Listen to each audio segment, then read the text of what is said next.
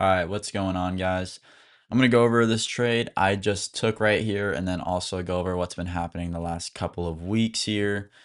So perfect. Yeah, let's get into this one directly. We'll just go straight to the market open to show you guys what I was seeing. So actually, although we took a long, I'll be honest, I was pretty bearish on the day. So let's see. Right here we had a bearish SMT on Nasdaq, and then we had previously just closed past this gap right here. So I was like, okay, maybe we'll go down, but and we had just rejected off this gap. So I was like, all right, maybe we'll go down, but we'll definitely just have to see what it looks like going through this gap here. And then on the 1 hour, it looked pretty, let's see. On the 1 hour, it looked pretty bearish as well, just going through and closing through some gaps here. So I waited on not the 51, the 15-minute here. I said, okay, let's see what price really wants to do. So I just let a couple candles go by. I wanted to see how we would react off of this gap right here. And it's a no news Monday. I was playing a little bit more cautious than usual. And then right here, we actually do create an SMT. Whereas on Nasdaq, it took it out. But on ES, it actually stayed above here. So then I was like, okay, maybe we'll go and we'll just want to take out maybe like this liquidity up here. Maybe that's what this small little SMT wants us to do. And we'll still probably remain under this SMT for Nasdaq to be valid. So I dropped to the 5-minute here and I'm waiting and I'm waiting. And I'm like, honestly, I could have probably with that SMT entered off right when it entered into this 5-minute gap. But I was like, let's just wait it out, see what happens. It shoots up. I'm like, low key, once it entered in here, I could have waited for the inverse off of this, which would have been this guy right here, and just ran that up. That would have been a good trade. But I wanted to stay safe. So I just let it keep going. Boom, ran it up. I waited for a retrace into this gap right here. I think we got it. Yeah, I'm pretty sure. Okay, boom. So we got a retrace into this gap right here. That was what I was looking for. I was like, at this point, it's pretty bullish. I might as well look for some continuation longs. I literally was like, okay, this is perfect. We'll inverse this gap. We'll inverse this gap, and then boom, we'll just enter for a freaking amazing RR and like get a freaking banger trade. Like we could have even just went straight to this with this trade right here. Like that's how I was like, dang, this is amazing.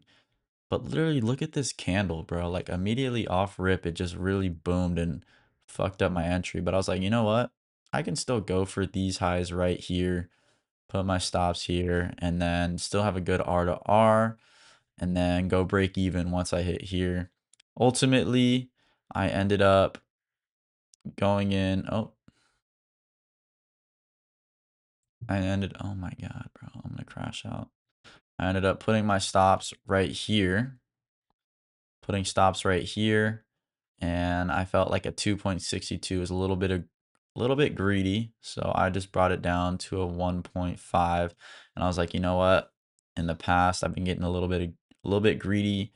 I really just need to dial in and get a win here to just keep it going. So there's that. I didn't actually even go break even at that point because I realized on the 5-minute we had created this gap here. So I figured, hey, price might want to retrace back into that. And I was looking at ES during the whole time this was all happening. We have previous session highs right here. Those are Asia highs. For us, it's up here on Nasdaq. So a little bit skeptical there, but I kind of just let it go. It was chopping a lot, and that's kind of what ultimately made me like, hey, let's just do the 1.5 RR. because not only is it chopping a lot, but it also hit a lot earlier on that right there. I guess this, yeah. So right where we hit this, that's where it's hit the previous session high for ES. So I was like, maybe we'll create a SMT off there. I'm just gonna take this 1 to 1.5 RR. Could have just did this and went break even at that, but honestly, I don't want to train myself to get greedy here. So let's see. We'll cancel the replay. And yeah, it'll probably honestly go and hit that. I wouldn't be surprised. But yeah, we kind of took it out right here, which was pretty nice. And I'll take that P&L on the day is 1,846. Flat, honestly, not mad. I randomly got placed into a trade that I had to like cancel immediately, so that kind of sucked, and that lost me like almost 100 on each account. Not ideal, but yeah, that's a pretty good start to the week here. I can probably try and see what my other trades were looking like last week. I took like some decent trades in my opinion. Some decent trades. Was this 930 last?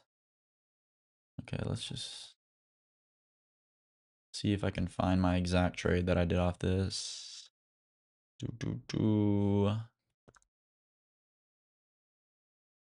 Let's go here. So my 930 trade, what was this on? This was Friday. And I think of what I was looking for here.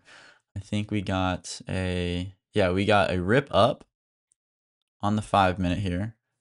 Oh, hold up. Yeah, we got a rip up to take out previous session liquidity, which was this guy. Previous session liquidity there. Pretty much all previous session liquidity. We got that. We got a reverse. Create a little, a little fair value gap. I went on to the 1-minute. Oh, where is this shit, bro? Went on to the 1-minute. Bro, actually got sold. I actually entered a little bit early here, I'll be honest. I think I entered, wait, let me see. Dude, I'm gonna crash. I'm gonna crash out. I'm gonna crash out. Can't keep doing this. So once we got this, I'll be honest here. I got very impatient. And this is like something that I'm dealing with here, that I'm getting very impatient. I actually entered off of this break of structure to the downside, put my stops here, and then just went all the way down to whatever the previous session lows or highs were. I thought it was a pretty good entry, but we got stopped out real quick. So that kind of sucks. Or I think I honestly put the stops right here above this like fair value gap, and we got stopped out very, very quick. So that was a trade that I lost. And then yeah, I've started the month off negatively, so we're just trying to build those small wins, which is why I only went for the 1 to 1.5 RR today. I'm not mad at it at all. Very good trade, continuation trade. Could have entered down here for sure. Definitely could have been, I didn't even know we had this opening, this little gap right here. What the hell? The hell was that? I think that's a glitch. I don't think we had that gap. Like what are we talking about here? Okay. So yeah, we had this. I mean, honestly, I could have entered a lot earlier, but not mad at the day. Honestly, can't be too mad at the day. This should be the P&L skis if you guys, I don't think you can see it. Yeah. OBS, I have like a setting. I think it only captures this right here. So but P&L skis, cool little 1,800 on the day. Can't be too mad at that. We came in and we handled business. We read the market and we beat a market that 99% of people lose to every day. So I'm going to take that dub, carry it on tomorrow, journal, and then go hit the gym and live my life, because my life does not revolve around the charts. Um, and yeah, this is just a good day, you know. Nothing else to say about it really. So just gonna end it there. I got very lazy on the uploads, I'll be honest. I got very busy with just like life in general and work. So that's kind of that. But yeah, we're here now, uploading the uploads. But yeah, let's get to it. Actually, let me just see what that actually leaves me at for the month. Dashboard wise, okay, still down $215 on the month. So, you know, it was a good little win. We'll come back tomorrow. Yikes. Come back tomorrow and then see if we can capitalize on this, and then, you know, we'll see from there. But other than that, see you guys.